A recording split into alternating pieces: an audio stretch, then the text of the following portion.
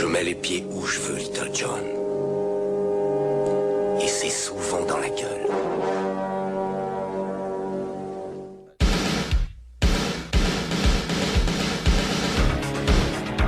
Je connais le kung-fu. Prouve-le-moi. 4e 4. Le petit dragon accroche sa proie. Et avec sa queue, il frappe. Bien joué. Mais une brique ne rend jamais les coups.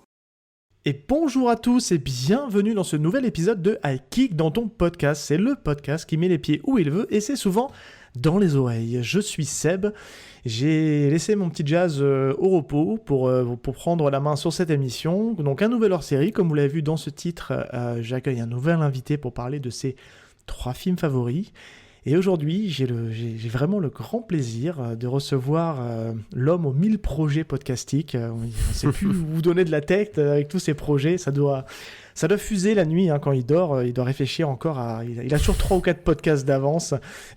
J'ai le plaisir d'accueillir Martin des podcasts Random Culture Club et Godzilla Final Podcast. Salut Martin, comment ça va ?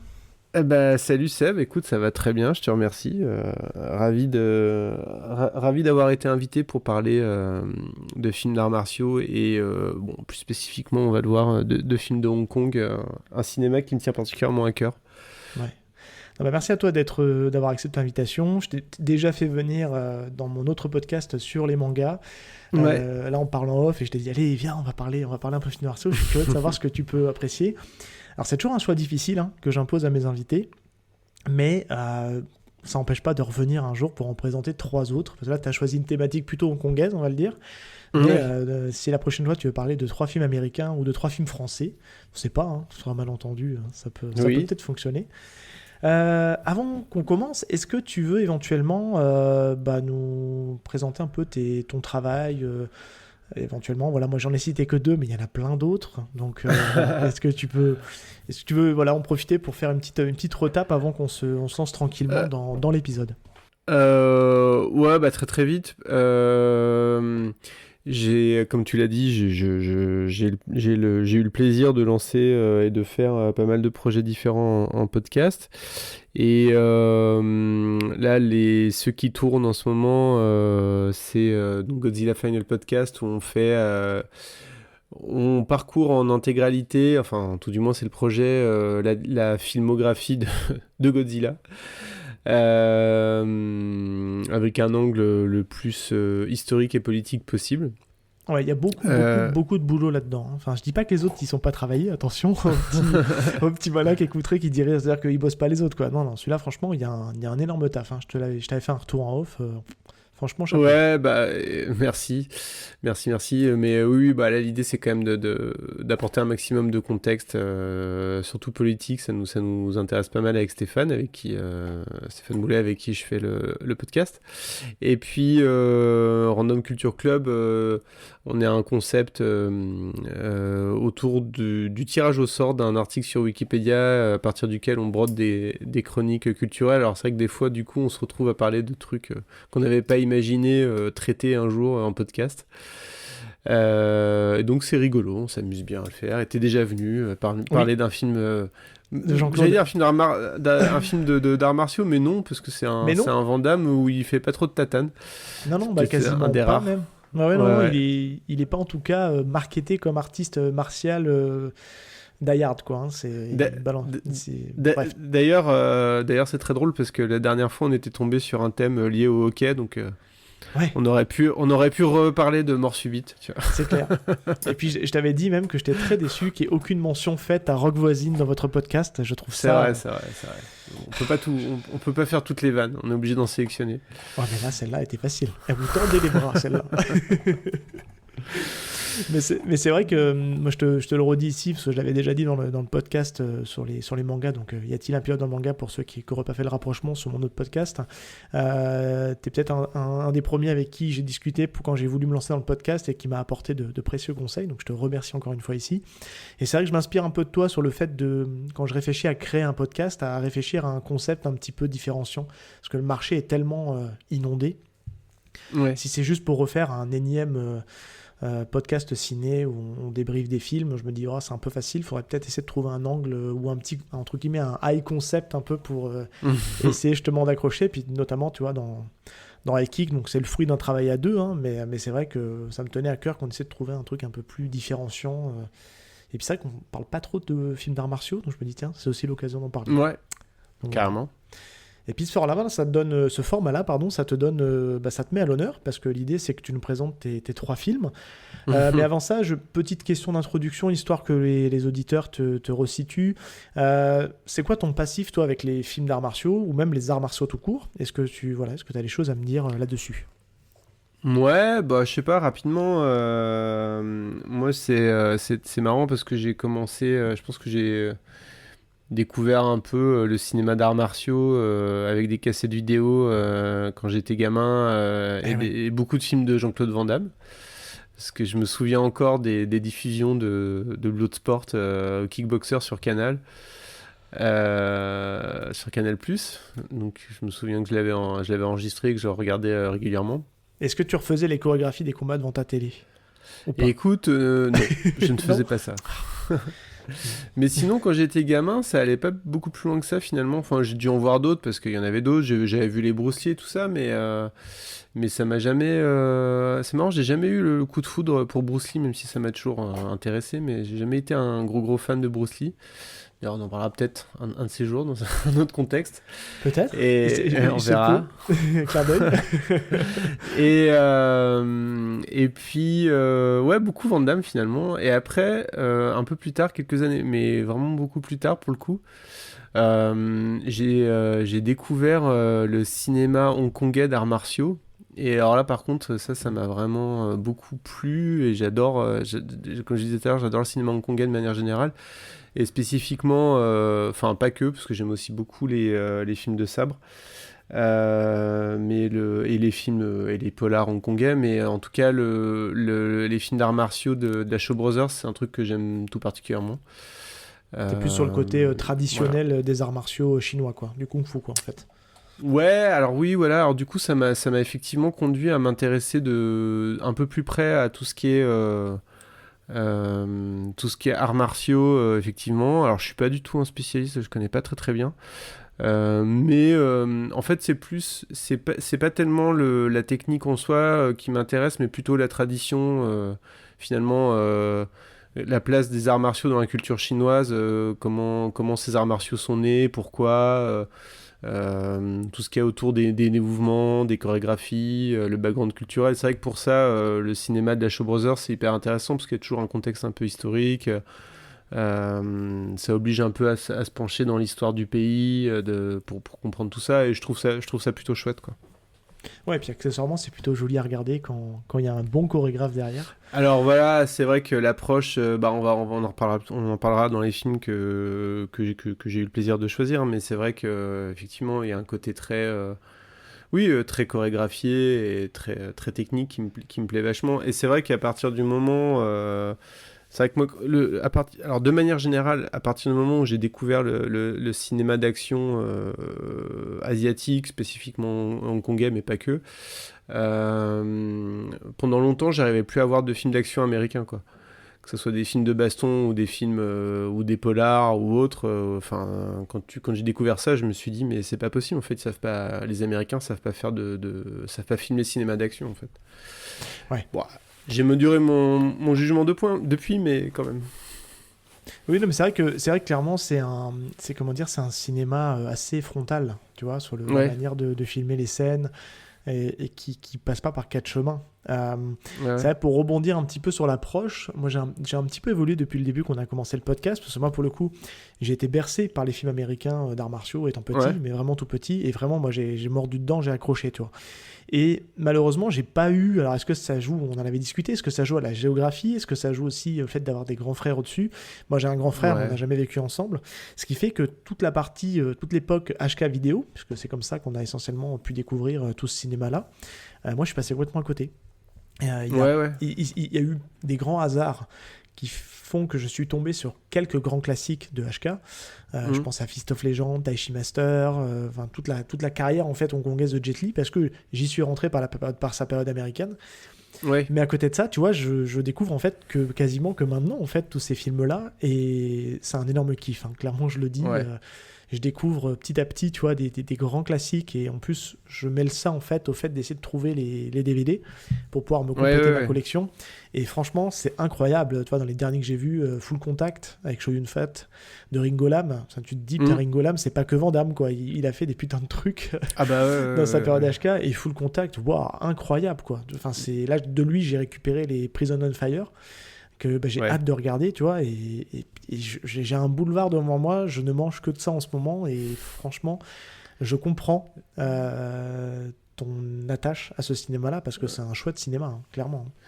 Oui, après, moi, j'ai eu plusieurs périodes qui m'ont permis de découvrir tous ces films, mais sinon, il y a un autre truc que j'ai oublié de mentionner, c'est quand même dans les années 80-90, enfin plutôt 90, on avait quand même... nous, on était abonnés à Canal+, à la maison, et il y avait quand même pas mal de trucs aussi, il y avait pas mal de Jackie Chan que j'ai beaucoup regardé aussi.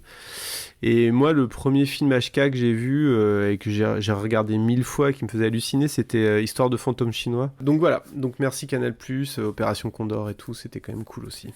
Mais tu vois, t'as du bol, parce que moi, j'avais Canal aussi, étant plus jeune, mais moi, le Canal+, c'était monopolisé pour le sport, tu vois, pour le foot à la télé, pour la Ligue 1, pour les trucs comme ça, donc... Ouais, mais moi, j'ai programmé les enregistrements la nuit. Eh ben ouais. Mais encore une fois, moi, je dis, je viens pas d'une famille où on m'a initié à ça, donc forcément... bah oui, c'est sûr. Voilà, mais je le regrette pas, parce que je redécouvre ça avec un œil adulte, et franchement, quel kiff. Parce que, étant petit, tu peux passer à côté de certaines choses aussi. Donc, et du coup, au niveau des arts martiaux, tu as essayé déjà des arts martiaux? Tu as pratiqué? Pas du tout? Non, j'ai fait un peu de... j'ai fait du judo quand j'étais gamin, et j'ai fait un peu de boxe française, donc j'attends le... Il était une fois en Chine, mais français avec la boxe française, tu vois. Ah, mais il existe déjà, plus ou moins. Ah ouais, c'est quoi, du coup? C'est le... alors, les Brigades du Tigre. Non, mais tu veux dire un film français avec des arts martiaux type boxe française ou kickboxing, ou ouais. Ah bah, alors déjà, en très bonne production française, je peux te recommander qui est sur Canal+, d'ailleurs, je peux te recommander le très bon Farang. Oui. Qui est donc j'ai perdu le nom de Xavier Jans, et Nassim Yaes, qui est monstrueux dans ce film. Enfin, il est incroyable physiquement. Et puis après, il y a le très honnête Scorpion avec Clovis Cornillac et Jérôme Le Banner dedans, qui est plutôt sympa aussi, où Clovis Cornillac a vraiment bossé le MMA pour pouvoir justement être pas trop ridicule dans le film. Et le film, ça va dire que c'est un polar noir avec des arts martiaux. C'est pas le film de l'année, mais franchement, c'est pas si mal que ça. Ok, bon, voilà. Écoute. Il y a quelques productions françaises qui sont pas ridicules. On parlera pas de Samouraï, que tu as chroniqué peut-être dans un autre podcast. Pas moi, mais oui. Mais oui, tout à fait. Nanarland, pour pas les citer. Nanarland, il s'appelle bien Samouraï. C'est le Samouraï, c'est ça, non? Ou c'est Samouraï? Je sais plus. Non, Samouraï. Le Samouraï, c'est Melville, c'est Jean-Pierre Melville avec Alain Delon. Et pour le coup, c'est marrant que tu dis ça, parce que Jean-Pierre Melville, énorme influence de Johnny To ou John Woo, quoi. Ouais. Donc, surtout Johnny To, je trouve. Mais bref. Ça fait partie des réals qu'il faut que j'approfondisse, parce que je n'ai absolument rien de lui. Enfin, j'ai absolument rien vu. J'ai des titres de lui, parce que j'ai Time and Tide et j'ai Breaking News. C'est les deux que j'ai de lui. Time and Tide, c'est de Tsuyark. C'est de Tsuyark aussi. Putain, tu vois. tu vois que ça, c'est quelque chose. Alors, on n'a pas besoin de couper ça au montage, parce que clairement, tu vois, j'ai encore... il faut encore que je travaille mon comment dire, mon... ma connaissance. Ouais, mon kung fu, c'est ça. Exactement. Et j'ai envie de te dire, tu as envie de commencer par lequel? Je pense que c'est pas mal d'y aller par ordre chronologique. Ah, ok. Donc je vois tout à fait lequel tu veux commencer. Donc je te laisse l'annoncer, et puis lancer la bande-annonce derrière pour les auditeurs. Donc le premier film que j'ai choisi, c'est La 36e chambre de Shaolin. 你现在也学起做生意来了。这个人是个好汉。好功夫，天下武学总会在少林寺。要成为武林高手，必须经过最严峻的考验——少林36房。少林一共有35门，你准备从何方学起？道远从第35房学起。Alors, la 36e chambre de Shaolin, j'en dis un mot vite fait, après je te laisserai relancer la conversation. Ouais, vas-y, je t'en prie. C'est un film qui est sorti en 1978, réalisé par Liu Chialiang, qui, on l'appelle Liu Chialiang, mais il a d'autres noms selon si on le mentionne en mandarin ou en cantonais. C'est toujours un peu compliqué de se retrouver avec tout ça. C'est un film. Alors, j'ai choisi celui-là. Je l'ai choisi parce qu'il est très représentatif et très emblématique du cinéma de kung-fu de la Shaw Brothers. J'ai choisi celui-là, mais j'aurais pu en choisir d'autres en fait, hein, en vrai. Mais voilà. Ouais. C'est un film qui met en scène Gordon Liu, qui est un des acteurs les plus connus de cette période-là. Qui a joué dans énormément de films de Liu Chialiang. Alors ils ont ils ont une partie de nom de famille en commun. Ils sont pas frères de sang, mais ils sont frères de kung-fu, on va dire. Oui, c'est très bien d'ailleurs que tu dises ça parce que. Ouais. Parce que il me semble qu'il joue un rôle dedans, le réalisateur. Il joue pas un petit rôle dans un des 36e chambres de Shaolin, ou j'ai un doute. Il joue. Alors je sais plus s'il joue dans celui-là. Mais il y avait le frère de Gordon Liu, pardon, qui joue dans la 36e chambre de Shaolin. C'est ça. Mais son vrai frère, pour le coup, son frère de sang. Ouais. Oui, parce que c'est compliqué, puisque tu as un Liu Chialiang et tu as un Liu Chiayang avec un Y. C'est ça, donc c'est exactement. Perturbant, d'où la petite approximation que j'ai faite. Ouais. C'est un peu le bordel. Et du coup, son frère qui était aussi chorégraphe et qui a une carrière super importante. Et Gordon Liu, alors vous l'avez, il a eu beaucoup de rôles très emblématiques dans le kung-fu, dans les films de kung-fu hongkongais, mais vous l'avez vu dans Kill Bill faire. Ouais. Il est vieilli dans Voilà. Kill Bill d'ailleurs, hein, parce qu'il n'est pas si vieux que ça, hein, Gordon Liu. Moi, c'est un truc qui m'a choqué. C'est qu'en fait, il a une petite soixantaine, quoi. Pour des films que tu as l'impression que ça fait des années que c'est sorti, quoi. Et, je pense qu'il doit quand même... Il a dû dépasser quand même les 70-75 maintenant, je pense. Mais à l'époque, il était pas si vieux, en tout cas, dans Kill Bill. J'ai vérifié avant l'émission, il a 68 ans, Pépère. Hein. Il est de 55 ans. Ah ouais, c'est tout. Ouais, c'est jeune, tout. Tu vois, 50... c'est assez fou parce qu'il était très très jeune hein, dans la 36e chambre du moine Shaolin. Je te laisse continuer, vas-y.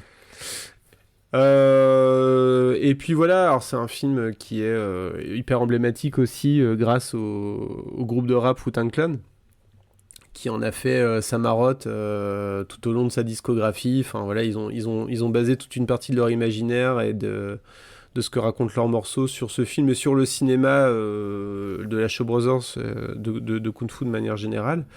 Puisqu'en fait, donc le Wu-Tang, le mont Wu-Tang, c'est les ennemis des disciples du temple de Shaolin, c'est un peu les méchants de l'histoire. Donc voilà. Mais écoute, je sais pas, enfin, je te laisse peut-être embrayer, me dire ce que tu penses du film. Ouais, avant peut-être ça, est-ce que tu peux éventuellement le pitcher, peut-être éventuellement nous dire de quoi parle le film pour ceux qui ne sauraient pas où tu veux que je le fasse, peut-être éventuellement. Après, on peut faire un truc assez simple. C'est un revenge movie en fait. Hein. Oui, en fait. Donc en fait, comme à peu près, à peu près la moitié des films de la Shaw Brothers de cette époque ont le même pitch, hein, c'est à peu près toujours la même histoire. Ah, oui. C'est que en gros, les Mandchous arrivent, c'est les méchants. Les Qing ou les Mandchous, enfin, c'est les méchants. Ils arrivent parce qu'évidemment, il y a eu une grande guerre entre les Mandchous et les. Alors je me souviens plus, c'est les. Tiens, j'ai un trou de mémoire sur qui sont les gentils, quelle ethnie et dynastie sont les gentils et quels sont et les méchants. Je sais que c'est les Qing et les Mandchous. Et donc ils se font. Il y a un méchant général Mandchou qui tue la famille du personnage de comment il s'appelle déjà? Liu Yute, moi j'ai ça comme nom. Ouais, mais je sais plus non plus. Enfin bref, peu importe. Ouais. Et Sandé, mais il change de nom après. Voilà. C'est ça, ouais. Ouais. Oui, il change de nom, c'est ça. et qui tue la famille de Sunday et qui se réfugie à Shaolin où il devient disciple et il commence à apprendre le kung-fu. Et même si il ne devrait pas utiliser le kung-fu pour se venger, il le fait quand même, il sort et après un long entraînement, il pète la gueule au méchant Manchu. Ouais, c'est Voilà. à peu près ça, hein. C'est à peu près ça sur un combat très chorégraphié, mais qui je trouve illustre bien en fait l'image qu'on peut se faire des Mandchous, tu vois, avec leur tenue traditionnelle, le fait qu'ils combattent au sabre, etc. Et pour rebondir un peu là-dessus, moi c'est un film que j'ai vu il y a pas longtemps et je vais le dire assez vite. Je suis pas hyper client du cinéma de la Shaw Brothers parce que il y a un côté peut-être trop sérieux. Alors même s'il y a un peu d'humour dedans, même si des fois ça se prend pas au sérieux, mais je trouve que le côté chorégraphie des combats est un peu trop traditionnel pour moi. J'aime bien quand il y a un peu de folie dans la chorégraphie des combats et c'est des films qui me parlent un peu moins. Donc voilà. Après. Alors. Je l'aime bien, ce 36e chambre du moine Shaolin, parce qu'il est sympa, très connu parce qu'il a un super training montage. Justement, on voit l'entraînement des moines Shaolin et on voit notamment l'entraînement du personnage de Gordon Liu. Et franchement, c'est super, mais ça manque un petit peu de folie dans les combats. Et c'est ça que je suis à la recherche, mais ça reste très plaisant à regarder, mais j'ai pas poussé. Encore une fois, quand je dis je l'ai regardé récemment, c'est-à-dire que par rapport à toi qui l'as peut-être vu assez jeune, moi j'ai dû le voir à la vingtaine, tu vois, maintenant j'ai presque 40, il faudrait peut-être que je le revoie. D'ailleurs, pour les auditeurs, je vous le dis, c'est dispo sur, si vous avez un abonnement Prime Video, les 3 films, parce que c'est une trilogie, on a oublié de le préciser, sont dispo sur Prime Video. À partir du moment où vous êtes abonné à Prime, vous pouvez les redécouvrir. Je crois qu'il y a la VO et la VF, si je dis pas de bêtises.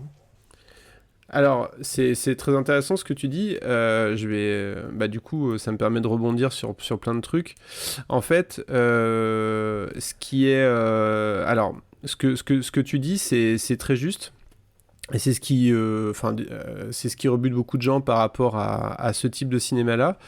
Ce qu'il faut savoir, c'est que même si... ce que tu décris là, c'est très vrai pour justement le cinéma de Liu Chia-Lang, souvent. Qui est vraiment un grand spécialiste d'arts martiaux, qui est très attaché au respect des chorégraphies, ancien chorégraphe, voilà, c'est cascadeur, etc. C'est vraiment quelqu'un qui est à fond sur ça et sur la transmission de l'art on dit kung-fu, mais kung-fu en vrai ça veut rien dire. Enfin bref, je vais pas rentrer là-dedans. Alors je vais faire une petite précision. Kung-fu, c'est littéralement c'est la traduction littérale de dire les arts martiaux, tout simplement. C'est les arts martiaux chinois, les arts martiaux chinois. Comme nous on pourrait dire tu fais des arts martiaux, oui je fais des arts martiaux, mais tu fais quoi comme arts martiaux? Et après dans la grande famille de kung-fu, t'as le wushu, tu as l'art martial aussi de Ip Man, dont à chaque fois le nom m'échappe. Ça vient jamais quand je dois le sortir, mais pratiqué aussi par Bruce Lee avant qu'il crée le Jeet Kune Do. C'était le Wing Chun, non? Le Wing Chun, merci, je te remercie, c'est ça. Et après, il y a plusieurs variantes. Jet Li fait du wushu, puis etc. Enfin, tu vois, c'est un mot générique pour dire c'est les arts martiaux chinois. Voilà, en gros. Ouais, mais ça va même plus loin que ça, en fait. C'est parce que... Oui, complètement. Je schématise au possible. Les spécialistes du kung-fu ne tombent pas dessus. Ouais, c'est même un terme qui peut être utilisé même en dehors des arts martiaux pour dire la maîtrise d'un art, en fait. Ouais. Donc c'est pour ça que c'est assez compliqué, mais bref, en tout cas... Il y a toute une dimension spirituelle qu'on oublie, et tu as aussi de tai chi qui rentre aussi dans le kung-fu, et le tai chi n'est pas vraiment un art martial, enfin les gens vont dire oui, mais c'est plutôt un mi-chemin entre du kata, si on prend un peu un terme japonais, et plutôt il y a une grosse dimension spirituelle, méditation, contrôle de soi, etc. Tu vas pas utiliser, alors même si c'est un film qui met les potards à 11 et qui fait du tai chi un vrai art martial, le tai chi est pas vraiment conçu pour ça, il est plutôt conçu pour faire des mouvements très souples. Enfin c'est presque de la méditation, pas de la méditation mais plus de la détente, on va dire. Je sais pas le mot utilisé, mais bref, je comprends ce que tu veux dire. Ouais, complètement. Et du coup, ce qui est intéressant aussi, c'est que au sein de la Shaw Brothers, alors je sais pas combien la Shaw Brothers a produit de films à cette époque-là, mais c'est gigantesque, hein. c'est vraiment c'est gigantesque, hein, c'est inimaginable. Et en fait, il y avait aussi beaucoup de styles très différents. Donc en fait, Liu Jialeng, il était beaucoup axé sur ça, mais tu avais aussi à côté de ça d'autres réalisateurs comme par exemple Chang Cheh, c'était plutôt les amitiés viriles qui se terminent dans un bain de sang. Et très très très très viril d'ailleurs. D'accord. Mais qu'est-ce que tu sous-entends par là?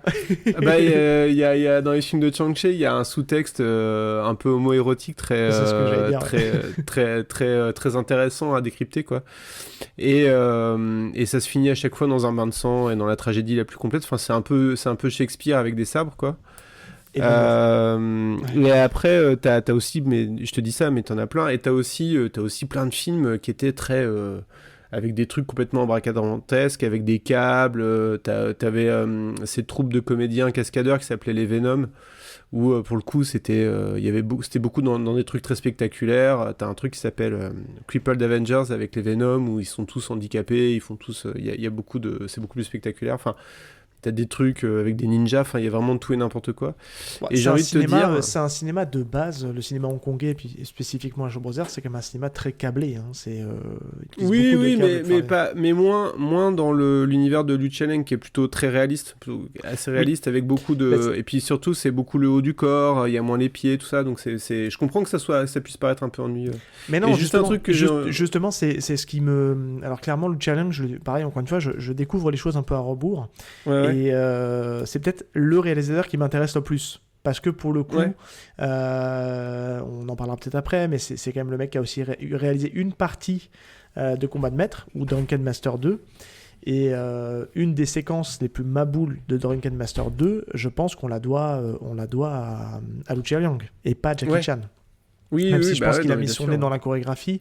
Mais dans la manière de filmer tout ça, on le doit plutôt à lui, puisqu'il est de notoriété connu que Jackie Chan s'occupait plutôt de la fin.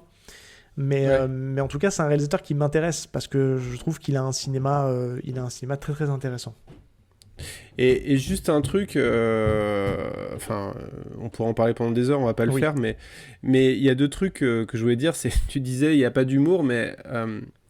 il faut pas qu'il y ait d'humour, parce qu'en fait, à partir du deuxième 36e chambre de Shaolin, ils ont fait justement on dit que le deuxième volet de 36e chambre de Shaolin, c'est celui qui a un peu créé le concept de Kung Fu comédie, et c'est très très gênant. Et du coup, c'est gênant pour toi, mais ça parle peut-être plus au public. Non, mais c'est un type d'humour. Enfin, tu vois, c'est vraiment de. Moi, j'accroche pas. C'est un type d'humour extrêmement... Enfin, tu vois, regarde, franchement, l'humour hongkongais de 1980 à découvrir en 2024, c'est chaud. Je peux pas. Ah non, je peux pas. C'est ce qui m'a fait détester, et je le redis ici, hein, ça m'a fait détester le visionnage de Yes Madame. Que j'ai vraiment détesté, parce que alors martialement c'était super, mais alors l'humour en plus il y a Choi Ark dedans, entre autres, et ça m'a laissé dehors, quoi. Ça m'a vraiment laissé dehors, quoi. Et j'ai préféré le premier, tu vois, qui est moins abouti en termes d'arts martiaux, mais qui est beaucoup plus sérieux, quoi. Enfin, bref. Bon, en tout cas, voilà. Mais et l'autre truc que je voulais dire sur ce film, pourquoi je l'aime bien aussi, c'est parce qu'il y a Lolia, qui est un acteur que je trouve vraiment cool, qui fait le méchant, qui est toujours méchant. Il est très très souvent méchant, Lolia, et c'est lui, le personnage que Gordon Liu incarne dans Kill Bill, c'est un espèce de, je sais plus comment il l'appelle, mais en fait c'est censé être tout simplement le méchant. Oui, mais le maître, mais en fait il reprend les codes d'un personnage récurrent dans les films de Shaolin, qui est le chef des taoïstes, le méchant, celui du Mont Wutang, qui s'appelle Pai Mei, je crois. Et c'est toujours le méchant avec la barbe. Et donc, je crois que c'est je sais plus dans quel film qu'il a. Je crois que c'est dans l'autre. Comment il s'appelle déjà ? Je sais plus. Bref, peu importe. Il peut faire remonter ses testicules. Ah mais oui, ça me parle. Oui, tout à fait. Je crois que je l'ai vu, ce film. Ça me parle. Voilà, c'est assez marrant. Et Lolier avait beaucoup de charisme. C'était un acteur indonésien, chinois-indonésien. Qui avait beaucoup de charisme et qui en envoyait beaucoup à l'écran, quoi. Ouais, dans le film, pour mettre un peu les trucs, c'est celui qui a les cheveux longs et qui a une longue moustache, qui a une couette et une longue moustache. Oui, voilà, les cheveux blancs, la barbe, la couette, voilà. Ouais, tout à fait. Mais c'est vrai que il y a lui, et puis il y a aussi il y a aussi le personnage du méchant dans le film, qui est joué par, tu vois, le nom m'échappe. Vraiment, je suis désolé pour les noms d'acteurs, mais le grand méchant, enfin c'est le combat de fin que du coup qu'affronte justement Gordon Liu. Moi, il me fait beaucoup penser, je sais pas si c'est une inspiration, mais il me fait beaucoup penser à Tao Pai Pai dans Dragon Ball, tu sais. Ah oui, bah oui, c'est l'idée. Bah Dragon Ball, énorme influence chinoise, Roi Singe et tout ça, enfin... Oui, très clairement. Et ces films-là, ils ont eu un rayonnement international, alors beaucoup aux États-Unis et en Asie aussi, et même au Japon, très très fort, quoi. Ouais, complètement. Ouais, je pense que ça... Bon, on sait que ça a inspiré Tarantino. Voilà. Il n'aurait pas fait ce personnage-là dans Kill Bill, quoi. Ok, est-ce que tu veux rajouter quelque chose d'autre sur la 36e chambre de Shaolin ? Non, mais après tu l'as dit, c'est un peu l'archétype du film du training montage, quoi. En fait, il va passer les chambres les unes après les autres avec des entraînements de plus en plus durs, et en fait normalement il y a que 35 chambres, mais la 36e du coup c'est comme dans Spinal Tap quand ils ont l'ampli qui va à 11, quoi. Et les potards qui vont à 11, ouais. Donc c'est la 36e chambre, et donc ça c'est pareil, c'est des tropes qu'on a beaucoup revus, genre dans Karate Kid par exemple. Oui. Mais voilà. Donc c'est un film, en tout cas c'est un film très emblématique de ce genre-là de cinéma de la Shaw Brothers, qui n'est qu'une partie du cinéma de la Shaw Brothers, parce que Shaw Brothers c'est très très large, il y a vraiment tout. Il y a aussi des polars, des films d'horreur, des films en costume, enfin des drames en costume, c'est un univers, quoi. Ouais, je pense que ça va être très compliqué de tout éditer. En parlant d'édition, je vais juste faire une petite mention. Vous avez un coffret, il y a 2 coffrets Shaw Brothers, sont dispo chez Spectrum Film, et je vais faire tirer plutôt l'attention sur un, puisque ça parle forcément du réalisateur. Il y a un coffret spécial Lucha Liang, qui va sortir, ou qui est sorti au moment où on parle peut-être, mais qui est dispo chez Spectrum Film. Il y a... Je crois que c'est un coffret 6 ou 7 films, 80 €. Bon, le coffret est un peu cher, mais en même temps, il y a plein de films dedans. Je suppose qu'il y a eu un travail de remasterisation, tout ça, etc. Donc voilà, pour les complétistes de Lucha Liang, il y a ce coffret qui est dispo. Je crois que c'est du Blu-ray, il me semble. Donc voilà, Spectrum Film. C'était juste pour faire la petite mention. Et tu fais bien. Voilà. On passe au suivant ? Eh ben, on passe au suivant. Donc le film suivant que je me suis... octroyer le droit de choisir, c'est Il était une fois en Chine.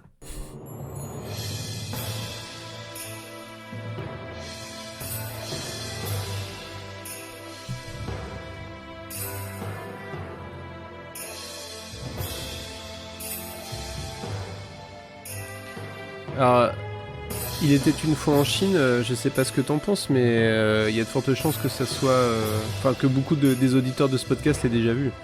Il y a des chances. Et on s'était dit en off, tu as une sélection qui est très proche de celle de TMDJC, qui est passée au tout début du podcast. Mais encore une fois, c'est intéressant d'avoir aussi on a tous une approche différente par rapport au cinéma hongkongais, donc je voulais quand même t'en entendre parler.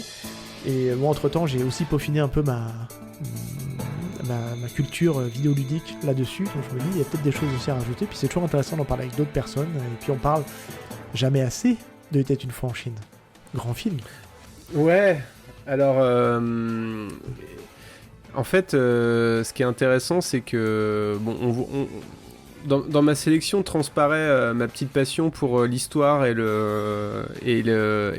l'approche des arts martiaux, l'approche culturelle des arts martiaux, puisque là on est complètement dans la suite logique, puisque Il était une fois en Chine, ça met en avant ça raconte l'histoire, la légende plutôt que la légende qui a été imprimée plutôt que que la vraie histoire de Wong Fei-hong, qui est un personnage historique. Alors pareil, Sandé, je l'ai pas dit avant, mais c'est un personnage historique légendaire, le personnage de légendaire, rien que ça. 36e chambre de Shaolin. Il y a beaucoup de beaucoup de traditions orales en Chine, beaucoup de légendes, beaucoup de patrimoine culturel, beaucoup basé sur ça. Et donc le Wong Fei-hong, c'était en tout cas l'histoire, la légende veut que ça soit un descendant direct de la lignée des moines de Shaolin. est médecin et grand pratiquant d'arts martiaux. Et ce qui est hyper intéressant et qui était une fois en Chine, sur le contexte historique en tout cas, c'est que ça se passe au moment où la Chine s'ouvre au monde, où les Britanniques commencent à coloniser le pays, enfin ont colonisé le pays d'ailleurs. Et il y a toute cette opposition entre les arts martiaux chinois, la modernité de l'Occident, enfin comment tout ça se mélange et le choc que ça produit.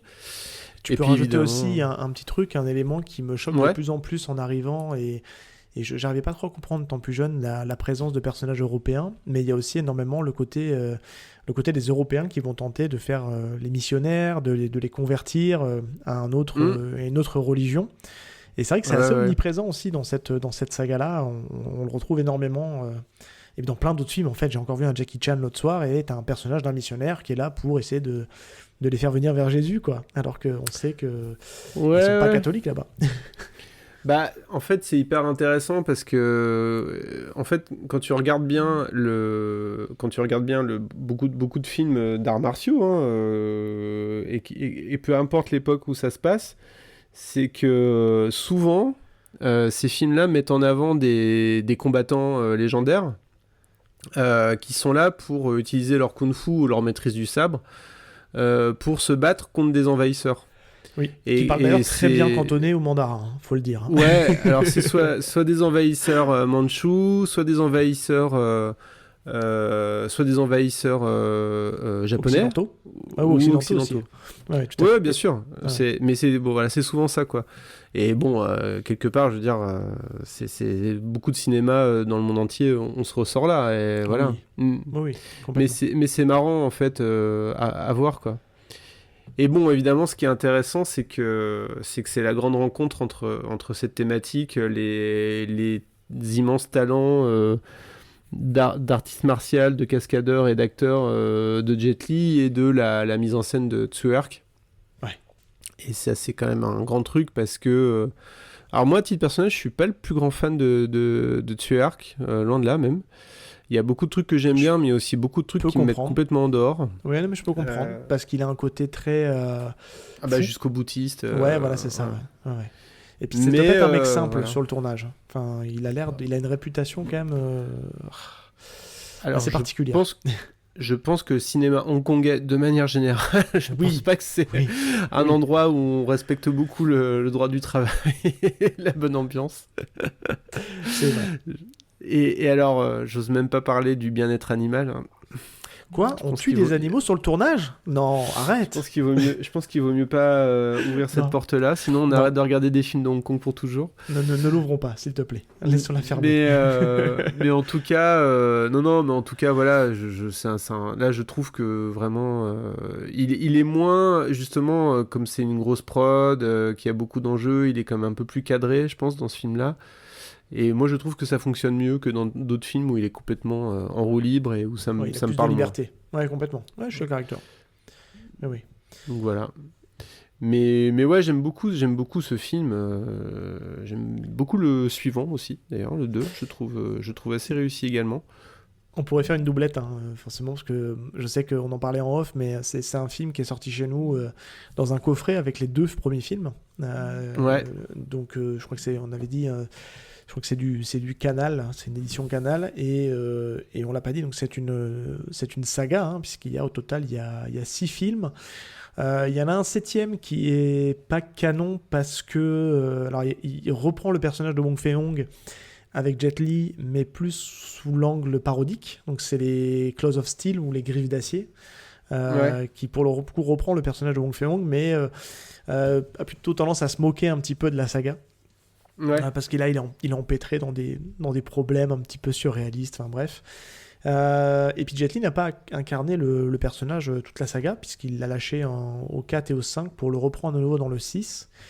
Et pareil, Tsui Hark n'a pas réalisé tous les films, mais il a réalisé quasiment tous. Je crois qu'encore une fois, c'est le 4 et le 5 qu'il n'a pas réalisé, et qu'il a repris... Alors non, j'inverse, c'est le 5 qu'il a réalisé, et le 6 après, c'est donc Sammo Hung. J'ai vérifié entre-temps. Mais clairement, moi, c'est des films que j'ai revus il y a déjà... que j'ai vu, il y a pour le coup très longtemps, puisque c'était dans mon... j'avais un côté un peu complétiste de ce qui était dispo, à mon échelle, encore une fois, puisque je téléchargeais pas forcément à cette époque-là. Mais l'idée, c'était de voir un maximum de trucs de Jet Li, parce que j'étais tombé amoureux de son style. J'adorais cet acteur. Encore une fois, beaucoup de monde, je l'ai découvert avec sa période américaine. Et incroyable, ce charisme à l'écran, ce talent qu'il a pour les arts martiaux. Et il a amené un coup de fraîcheur, quoi. Vraiment, je trouve que dans ce cinéma-là, il a réussi à garder, donc sur beaucoup de ses films, le côté très traditionnel, mais il y a apporté sa petite touche de modernité, en fait, dans la manière de combattre. Et je trouve que c'est un acteur incroyable. Enfin, franchement... on peut pas le réduire qu'à sa période américaine où Ah bah non, on a une théorie avec Jazz, c'est qu'on suppose que Jet Li récupérait un peu les miettes que laissait Jackie Chan, donc il récupérait pas tout le temps les bons rôles.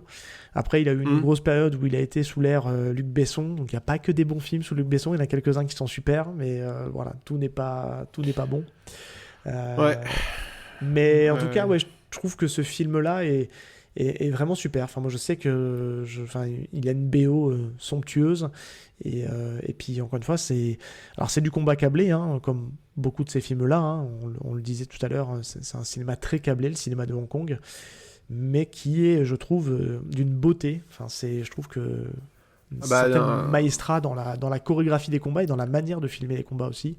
Je trouve que moi, j'en garde un super souvenir, quoi. Et j'ai vraiment hâte de le revoir dans de bonnes conditions. Ah bah, c'est un film que je revois régulièrement, j'essaie de faire découvrir un maximum de monde à mes enfants, enfin voilà. Il est accessible pour les enfants parce qu'il n'est pas non plus ultra violent. Non, pas trop, un peu, mais ça va. Et puis il y a une utilisation, ce que j'aime bien dans ces films-là, il y a ce truc qu'on retrouve qu'on retrouve beaucoup dans le cinéma hongkongais de manière générale d'ailleurs, c'est beaucoup l'utilisation des décors comme élément direct des chorégraphies. Et ça, c'est quand même super cool. Enfin, toujours capable d'avoir recours aux éléments du décor pour le déroulement de l'action. Ça, je trouve que c'est un truc que je trouve génial et qu'on retrouve rarement ou pas autant dans le cinéma américain, notamment. Oui, complètement. Et puis, moi, c'est vrai que j'aime beaucoup... J'aime beaucoup le type de charisme de Jet Li que j'ai toujours trouvé, alors particulièrement dans Il était une fois en Chine, qui est très, je sais pas comment dire, c'est presque l'artiste martial déconstruit avant l'heure, quoi. Je trouve qu'il a toujours envoyé une forme un peu de douceur et de retenue. Je trouve qu'il incarne la droiture, tu vois, c'est un mec chouette. Ça lui va bien, ce personnage de Bong Feung, parce que c'est un personnage qui est très droit. Bah oui. Mais lui, il incarne ça aussi, tu vois, c'est un mec qui est hyper sérieux, quoi, mais dans le bon sens du terme, tu vois, dans le sens noble du terme, quoi, qui incarne bien la justice, même dans sa période américaine, tu vois, c'est un acteur qui refusera toujours les scènes de sexe, qui fera des bisous, mais vite fait, quoi, parce que pour le coup, il est marié et qui veut pas montrer de l'amour avec une autre femme au cinéma. Donc ça fait un truc très bizarre, mais en même temps ça montre le côté très droit du personnage, quoi, et de l'acteur, puis pour le coup. Ce qui est intéressant dans Il était une fois en Chine, c'est qu'il est toujours un peu son personnage est un peu toujours il est un peu toujours en train de courir après les événements. Et du coup il a toujours l'air un peu déphasé, mais en même temps on sait qu'il est capable de reprendre le contrôle quand il faut, et puis qu'au moment voulu il s'impose, et il est toujours un peu poussé. Enfin bon, après c'est pareil, c'est des vieux tropes, mais mais c'est vrai que c'est un personnage qui est très dans la retenue, et ça souvent il joue ce genre de personnage là avant de lâcher les chevaux, quoi. Tu vois, tu te dis voilà. Il a beaucoup repris ce type de rôle, mais je pense que ça va aussi avec sa personnalité. Je pense que c'est quelqu'un dans la vie qui doit être aussi très dans la retenue, quoi, très humble, tu vois. Je pense que ça doit jouer là-dessus. Je le connais pas personnellement. Il a l'air un tout petit peu moins mégalo que Jackie Chan, en tout cas. Ah bon? Non, arrête. Pas du tout. Pas du tout. D'ailleurs, là, c'est rigolo que tu parles de ça, parce qu'on parlait tout à l'heure de Lu Chialiang. Donc j'ai regardé son interview qui est disponible sur Le Chinois se déchaîne. Et il parle de Drunken Master 2 comme si c'était lui qui l'avait réalisé. Et à aucun moment il ne mentionne Lu Chialiang, qui a quand même réalisé une bonne grosse moitié du film. Il a dit oui, j'ai réalisé Drunken Master 2, j'ai fait ci, j'ai fait ça. Et il a complètement occulté le mec qui était aussi là accessoirement, qui est pas un manchot non plus, mais ils se sont pris la gueule sur le tournage, et forcément lui il l'a à ce moment-là de l'interview, il en parle pas du tout, quoi. À aucun moment il le mentionne. Enfin bref, voilà, c'est partie un peu sombre de Jackie Chan qui des fois est un peu découvrir des petites facettes de sa personnalité dans cette interview-là. Tu te dis ah ouais, c'est particulier quand même. Bref, on garde ça pour un autre épisode, mais tu te dis faut pas trop l'emmerder non plus, quoi. Hein. Pas trop lui faire des coups dans le dos parce qu'il a pas l'air très sympa quand même. Ouais, non, bref. C'est tout un sujet, Jackie Chan aussi. Ouais, on parle de Jackie Chan, mais il y a un de ses compères dans ce film-là. Il y a Yuan Biao qui joue aussi un rôle. On n'en a pas parlé. Il y a la très charismatique et très belle Rosamund Kwan que j'aime beaucoup, Jackie Chung. Ouais. Voilà, le casting, c'est que des têtes connues que si vous vous intéressez un minimum au cinéma hongkongais, vous allez forcément vous dire je l'ai vu quelque part lui aussi. Et puis non mais franchement c'est un chouette film. Je vais faire une petite mention pour le 2 parce que dans le 2 tu l'as cité tout à l'heure, mais il y a Donnie Yen dans le 2. Oui, ouais, absolument, ouais. Et Donnie Yen, il faut savoir, parce que j'aime bien raccrocher un peu les wagons, Donnie Yen, il joue dans un film le père de Wong Fei-hong. Est-ce que tu sais quel film c'est ? Non. Il joue le père de Wong Fei-hong dans Iron Monkey. Ah ok, d'accord. Voilà, et donc parce que son fils qui l'accompagne, c'est Wong Fei-hong, c'est celui qui va devenir plus tard, et dans ces films-là, et pas que, parce qu'il n'y a pas que Jet Li qui a incarné Wong Fei-hong. Pour info, je citais Drunken Master, mais c'est aussi une nouvelle itération de Wong Fei-hong dans Drunken Master 1 et 2. Oui. Donc voilà, je trouvais ça assez rigolo de me dire que Donnie Yen a joué dans le 2 et que 2 ans ou 3 ans après, il jouera le père de Wong Fei-hong dans Iron Monkey, qui est un chouette film qui nous avait été aussi présenté par Creepers à l'époque. Okay. Et que j'ai découvert récemment et j'ai passé un très bon moment dessus, quoi. Donc voilà, c'était juste pour boucler la boucle. Mais oui, mais après c'est marrant parce qu'ils ont tendance à... Enfin, le cinéma hongkongais a tendance un peu à exploiter ce filon de... T'as quelques personnages que tu retrouves dans tous les sens, en long, en large et en travers. Beaucoup, oui, beaucoup de... Ça se cite, ça se name drop. Enfin, t'as les gens, ils sont là et tu te dis pourquoi il est là, lui, puis ils sont jamais trop là pour hasard. Ils essaient toujours de raccrocher un peu les wagons, mais c'est bien parce que ça permet, en tant que... Quand tu essaies d'être un peu complétiste et de voir ces films-là, de dire ah ouais ça je l'ai vu là ou ça je l'ai vu là aussi, et puis je trouve que ça rend le visionnage beaucoup plus palpitant en fait. Tout à fait. Tu veux rajouter quelque chose sur Il était une fois en Chine de Tsui Hark? Non, parce que sinon on va en parler pendant 1000 ans et voilà. C'est pas nécessaire en plus. C'est déjà très bien. On continue à monter, à avancer dans les années. On arrive dans les années 2000, 2010, je sais plus. Absolument. Ouais, tout à fait. Tu nous as choisi. Alors, je nous ai choisi. Je nous ai choisi Kung Fu Hustle, dit Crazy Kung Fu en France, mais je déteste ce titre. Donc je l'utilise jamais. Il est pas terrible. Je trouve insupportable. Et sorti en 2004 à Hong Kong, mais un petit peu plus tard en France, je crois, si je me trompe pas. C'est pour ça que j'ai hésité avec le côté... Je ne sais pas s'il n'est pas sorti un petit peu avant les années 2000... Non, 2005 en France. Il est sorti en 2005 en France, ouais. Et je me rappelle parce que, en fait... je lance la bande-annonce et je raconterai ma vie après. Raconte. In a city where gangs rule, the people of one poor slum are doing everything they can to protect their neighborhood.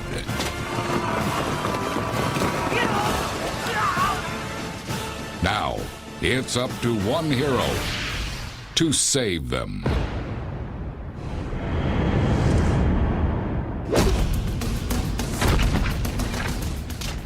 Alors Kung Fu Hustle, c'est un film qui a été réalisé et interprété dans le rôle principal par Stephen Chow, et donc qui est, comme on le disait juste avant, sorti à Hong Kong en 2004, sorti en France en 2005, en juin 2005.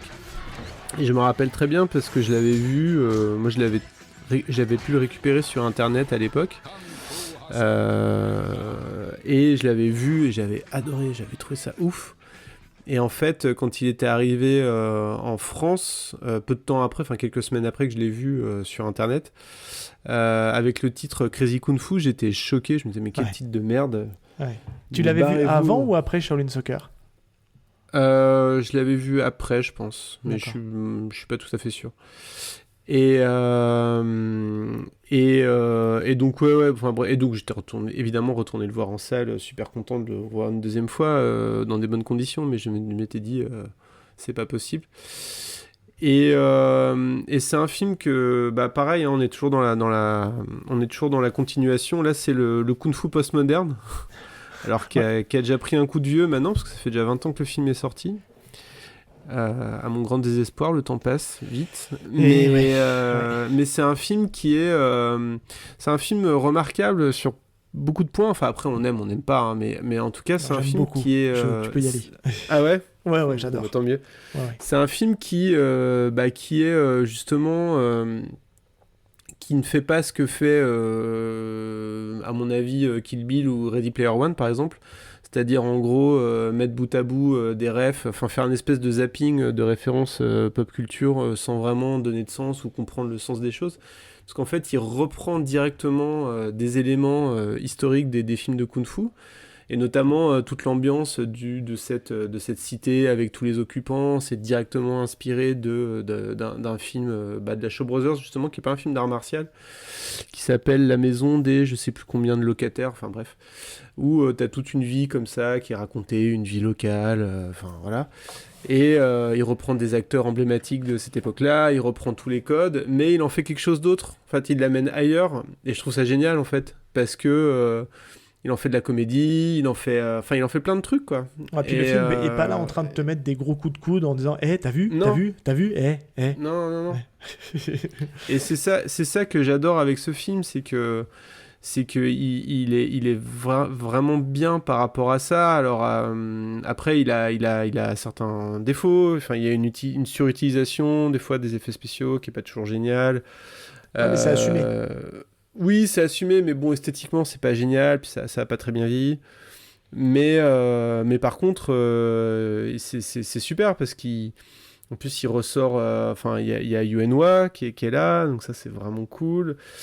Qui est vraiment drôle dans son rôle de propriétaire avec l'autre landlady, qui est aussi une. Et Bruce Lung, enfin tout ça, tous ces gens-là, c'est des gens qu'on a vus dans des films d'arts martiaux 20 ans, 30 ans avant. Donc ça fait super plaisir de les revoir dans ces rôles-là. Enfin, c'est un film que je trouve hyper enthousiasmant, hyper drôle. C'est du bon humour en plus. Enfin, c'est de l'humour qui est très, humour, complètement. Très compatible européen. Tu vois ce que je veux dire ? C'est aussi pour ça que je pense qu'ils ont pris ce film-là sur le marché des droits ou un truc comme ça. Après, Shaolin Soccer avait très bien marché. Donc forcément, ils ont pris ça. Enfin, ils ont pris pas sa suite, mais ils ont pris l'autre film du réalisateur, alors qu'il a une assez grosse carrière quand même, Stephen Chow. Mais c'est vrai que c'est de l'humour assez compatible avec notre humour à nous, parce qu'on disait tout à l'heure, l'humour hongkongais n'est pas toujours perceptible pour nous Européens, où tu te dis ça, ils trouvent ça drôle, et toi t'es là, tu te dis ouais, ok. Et là ça marche bien, marche bien. Franchement, ça marche super bien. Surtout plusieurs années après en plus, quoi. Enfin, tu vois, décalage d'années et de références culturelles, c'est compliqué, quoi. Et Yuan Chu qui joue la propriétaire, c'est une belle histoire parce qu'en fait elle était actrice, artiste martiale, elle a joué dans un James Bond. Et après elle a complètement disparu de la scène et elle est revenue au cinéma grâce à Kung Fu Hustle en fait. Ok. Donc ça c'est plutôt chouette comme histoire. Bruce Lung qui joue le méchant, il a fait partie des nombreux acteurs qui ont participé à la Bruceploitation, donc il a fait faux Bruce Lee aussi à un moment donné de sa carrière. Ouais. Ça c'est quand même assez rigolo. Et Yuen Wah, ça faisait partie un peu du cercle élargi de l'équipe de Jackie Chan, et on l'a vu dans beaucoup de films de Jackie Chan. Enfin voilà, c'est une belle histoire, je trouve, ce film, quoi, dans tous les sens du terme.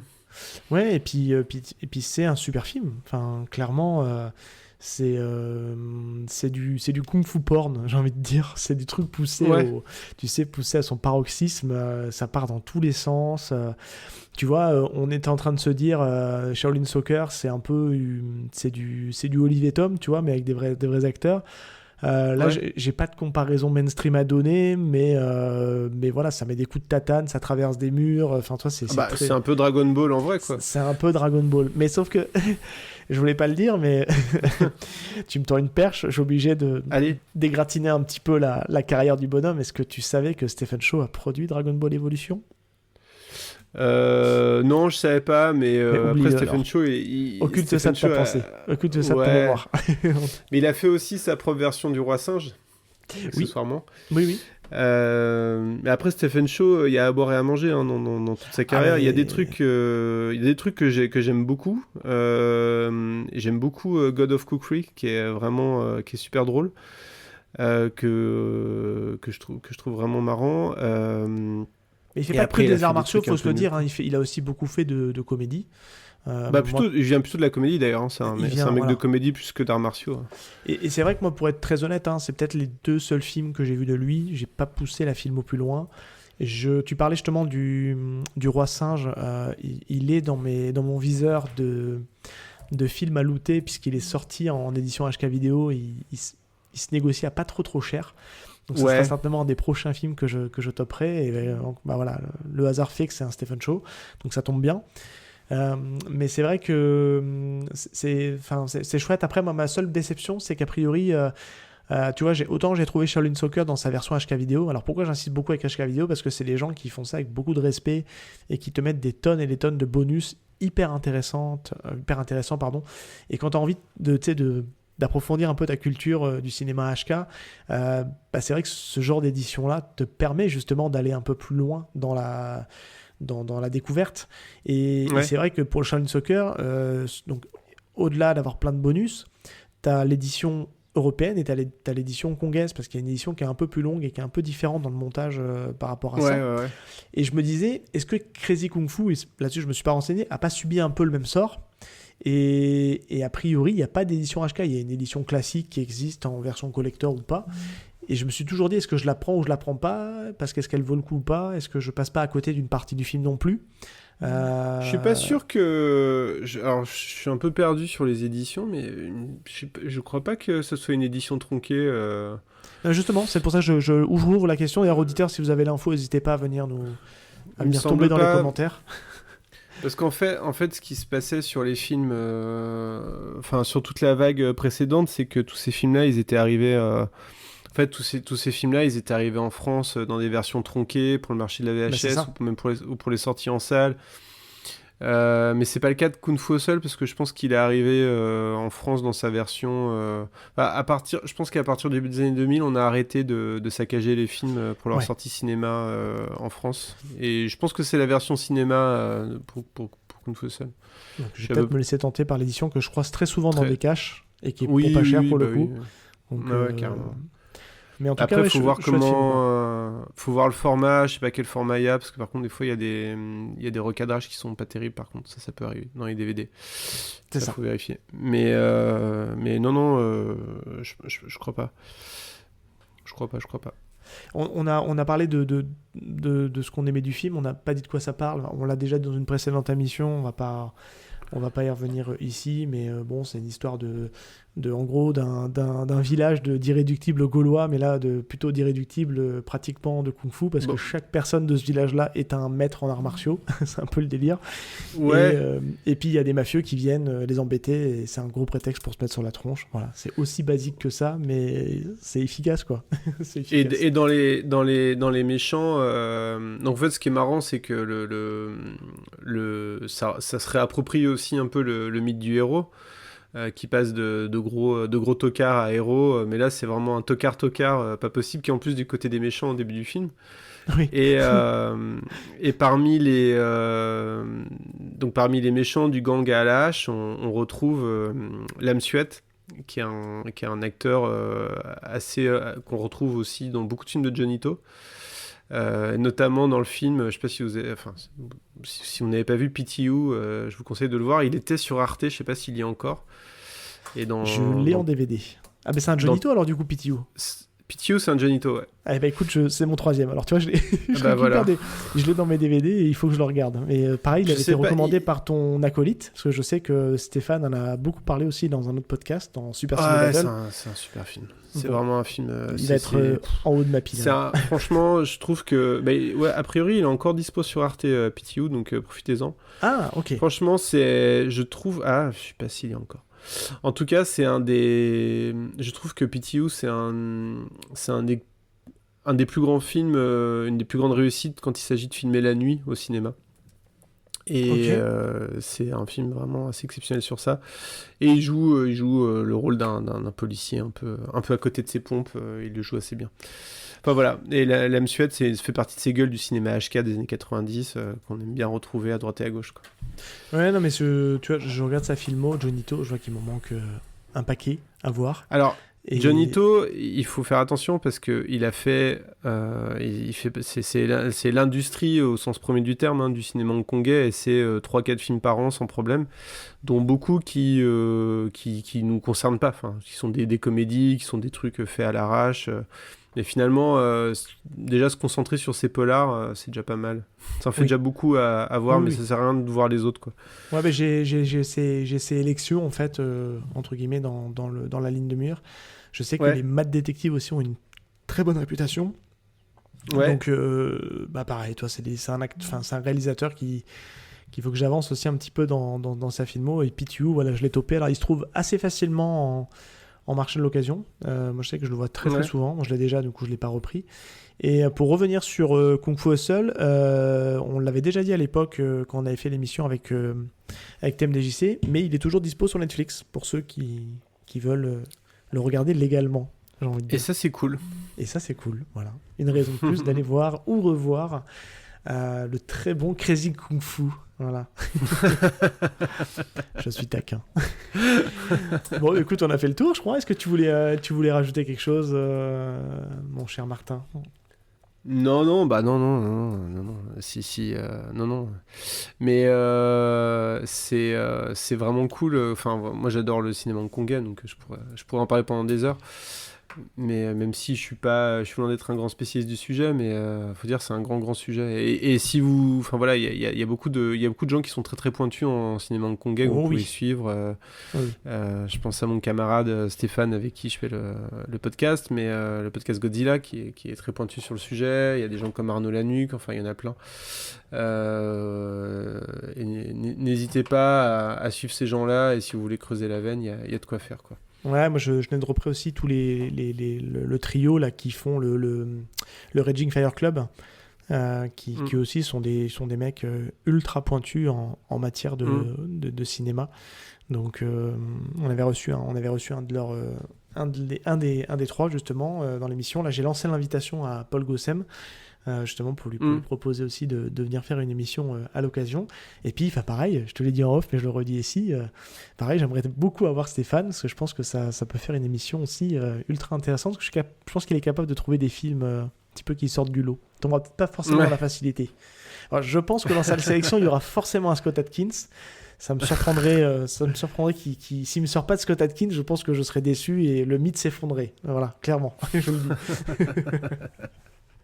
Parce qu'il en parle tellement, je me dis quand même, attends mec, tu parles tellement de Scott. Ouais, ça serait surprenant quand même. Voilà, faut qu'il soit fidèle à son image à un moment donné, quoi.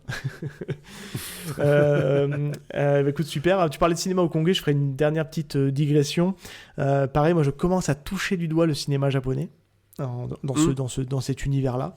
Et notamment, je commence à taquiner gentiment le cinéma de Sonny Chiba, où je suis mis alors complètement néophyte. J'avais pas eu une super séance devant Street Fighter, la trilogie là. Parce que je trouve qu'il est un peu en surjeu dedans et je l'ai pas forcément vu dans des bonnes conditions, je dois le dire. Est-ce que j'étais dans le bon mood aussi ? Ça joue énormément. Mais par contre, j'ai pris une énorme claque devant Shaolin Karaté. Franchement, alors le nom fait film de nanar, j'en conviens. Pourquoi Shaolin, pourquoi Karaté, pourquoi mixer les deux en même temps ? C'est le titre international, non ? C'est le titre international, ouais. Je n'ai plus le nom du titre. Que les Japonais aient appelé un film comme ça. Non. Bah, en fait, pour le coup, c'est le titre qui a été repris dans l'édition HK Vidéo, clairement. Mais pour le coup, elle se tient un petit peu. Voilà. D'accord. Ça se tient la route parce qu'en fait, lui, il est moine et il fait un semblant de karaté. Bon, techniquement, c'est pas du karaté, puisqu'en fait, ça a une histoire autobiographique. Je fais une petite digression sur le personnage de Do Shin-so, qui est en fait le fondateur du Shorinji Kempo.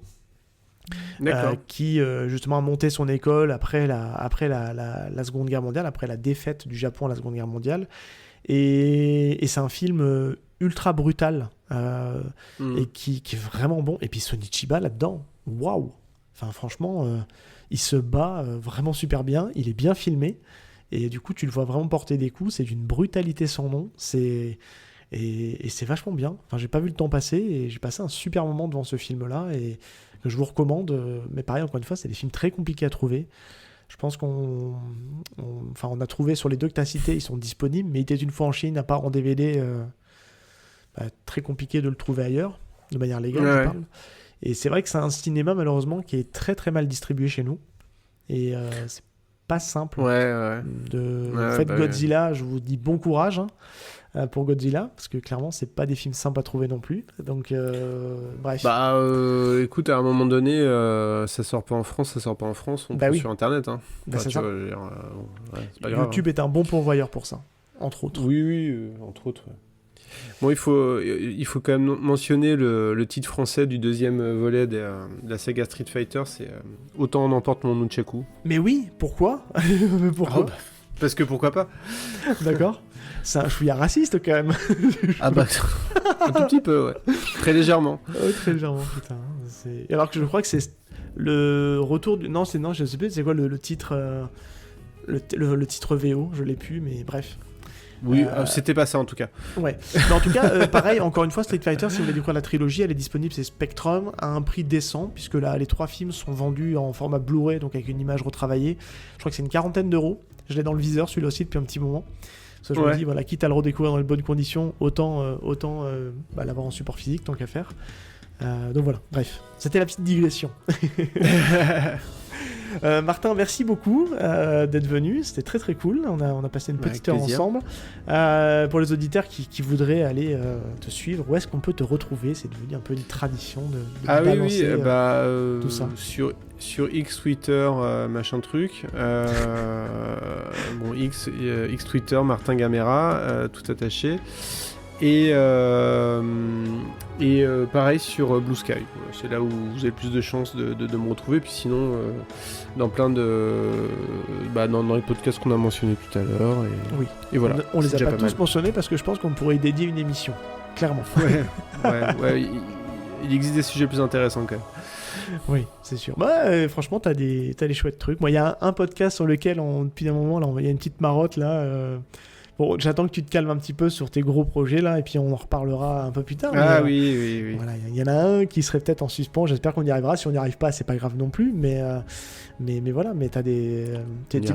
Tu n'es plus au host de Nanarland, on est bien d'accord. Tu as laissé la main. Non. Oui, tout à fait. Ouais. Je repasse des fois quand même. Tu refais une petite tête pour remettre de l'ordre dans la maison. Oui, tant qu'à faire. Ça peut être pas mal de temps en temps. Ça peut vite être le bordel chez eux quand même. Bon, et super. Et écoute, merci beaucoup Martin. Écoutez, moi je vous dis à un prochain épisode. Là on est en mode hors série. Je sais pas quand est-ce qu'on va le sortir techniquement. Vous l'aurez, voilà. Si vous nous écoutez, c'est que ça y est, il est sorti. Il va sortir en tous les cas. Mais j'ai pas encore planifié de date, mais très sûrement avant la petite coupure d'été ou alors à la rentrée. Bref, je ne sais pas. Bref. Ça sera peut-être coupé au montage, cette phrase qui n'a pas de sens. Mais en tout cas, je vous souhaite à tous une très bonne journée, une très bonne soirée, peu importe quand vous nous écoutez. Et je vous dis à très très bientôt dans un prochain épisode de High Kick dans te podcast. Ciao tout le monde. Merci beaucoup. Ciao.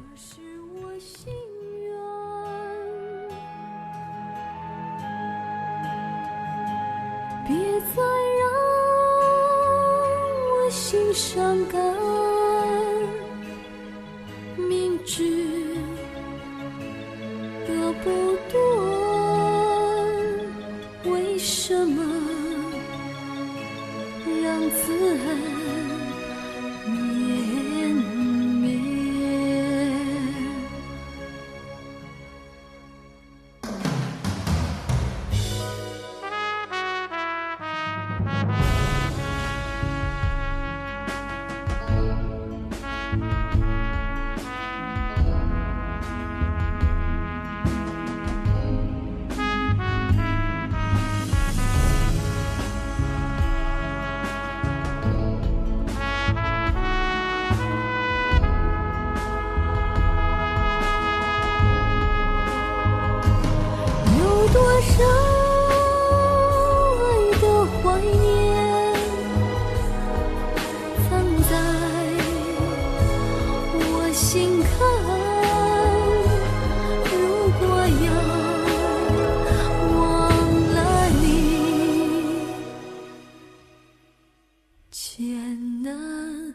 不完。